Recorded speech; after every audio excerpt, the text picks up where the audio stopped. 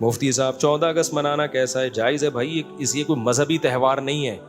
مذہبی تہوار کے لیے مذہب سے پرمیشن ضروری ہے. جب مذہبی تہوار نہیں ہے تو ہر چیز میں اصل اباحت ہے، نہ ناجائز ہونے کی کوئی دلیل اور نہ جائز ہونے. اس کی مثال ایسے لڈو کھانا اسلام میں جائز ہے یا نہیں؟ بھائی اگر کوئی حرام چیز اس میں نہیں ہے تو کیا ہے جائز؟ آپ کو لڈو کی الگ سے کوئی دلیل لے کر آؤ تو ایسا تو نہیں ہے بھائی. اس میں اصل کیا ہے؟ اباحت ہے، حلال ہے. حرام ہونے کی جب تک دلیل نہیں ہوگی تو کیا سمجھا جائے گا حلال.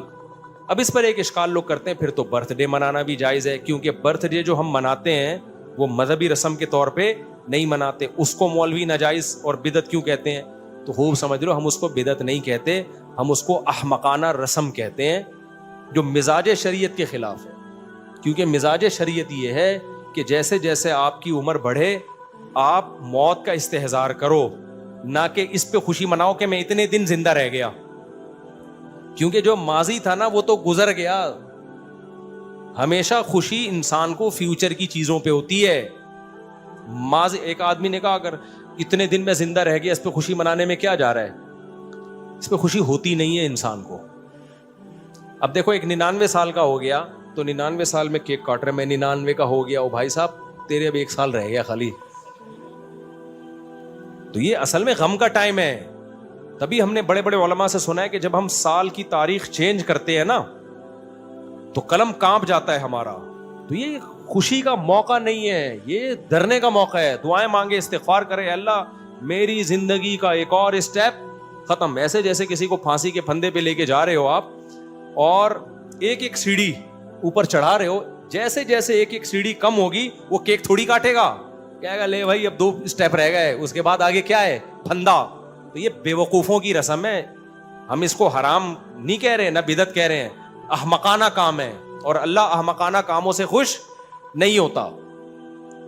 سمجھتے ہو کہ نہیں سمجھتے کہ آپ کی ایک دن کم ہو گیا زندگی میں آپ کیک کاٹ رہے ہو؟ یار ماشاءاللہ میں 70 سال کا ہو گیا، میں 80 کا ہو گیا. او بھائی صاحب جنازے کا اعلان کیا ہو رہا ہے؟ پٹا تیار ہو رہا ہے، فرشتے بھی کہہ رہے ہیں چلو بھائی، قبر بھی کہہ رہی ہے کہ یہ جگہ کس کے لیے ہے؟ یہ فلاں صاحب کے لیے. تو تبھی پھر اگلی سالگرہ سے پہلے انا للہ ہو جاتا ہے ان کا، کیونکہ فرشتہ کہہ رہا تھا کہ یہ تیری آخری تھی اور تو کیا کر رہا تھا.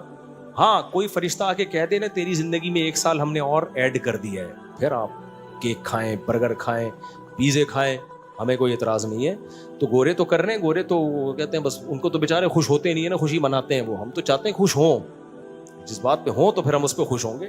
عید کے دن ہم خوشی مناتے نہیں، ہوتے ہیں بھائی، کیونکہ رمضان گزرا ہوتا ہے، کھانے پینے کی چھٹی ملی ہوتی ہے اللہ کی طرف سے، تو آٹومیٹکلی خوشی ہو رہی ہے. اللہ نے اسی ہونے والی خوشی کو منانے کا حکم دے دیا. بقرعید میں ہم خوش ہوتے ہیں، یار جانور کے ہر بال کے بدلے میں نیکی مل رہی ہے، گوشت بھی مل رہا ہے اور گوشت اللہ کی طرف منسوب ہے، خوشی ہوتی ہے، اسی خوشی کو ہم مناتے ہیں.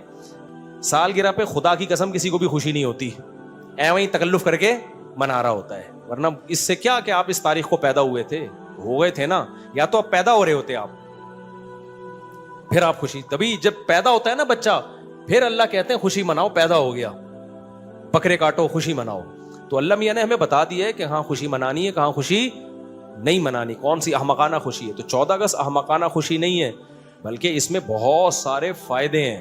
استحضار ہو جاتا ہے کہ اس دن ہم نے ملک کیوں لیا تھا، اس بہانے ہمیں پتہ چل جاتا ہے کہ یار ہم 2 قومی نظریے کے تحت الگ ہوئے تھے، اسلام کے نام پہ یہ ملک بنا تھا، اب ہم اس کی حفاظت کریں گے. تو وہ کوئی بھی دن متعین کیا جا سکتا ہے اس کام کے لیے. تو اگر وہ والا دن متعین کر دیا جس دن آزادی ملی تھی تو اچھی بات ہے، لوگوں کی ایک استحضار ہو جاتا ہے. سالگرہ میں یہ معنی نہیں پایا جاتا. اور عید میلاد النبی میں تو اس لیے کہ وہ تو مذہبی رسم ہے، مذہب میں آپ کو ایڈیشن کی اجازت نہیں ہے. جیسے آپ لڈو کھاؤ، منع نہیں ہے، اس پہ کوئی دلیل نہیں چاہیے کہ لڈو کھانا اسلام میں جائز ہے. لیکن لڈو کو اگر مذہب کا لڈو سمجھ کے کھاؤ گے کہ لڈو کھانے سے مجھے ثواب ملے گا، او بھائی پھر لڈو کی فضیلت پر جب تک حدیث نہیں ہوگی اس وقت تک لڈو کھانے پر آپ کو ثواب نہیں ملے گا. پھر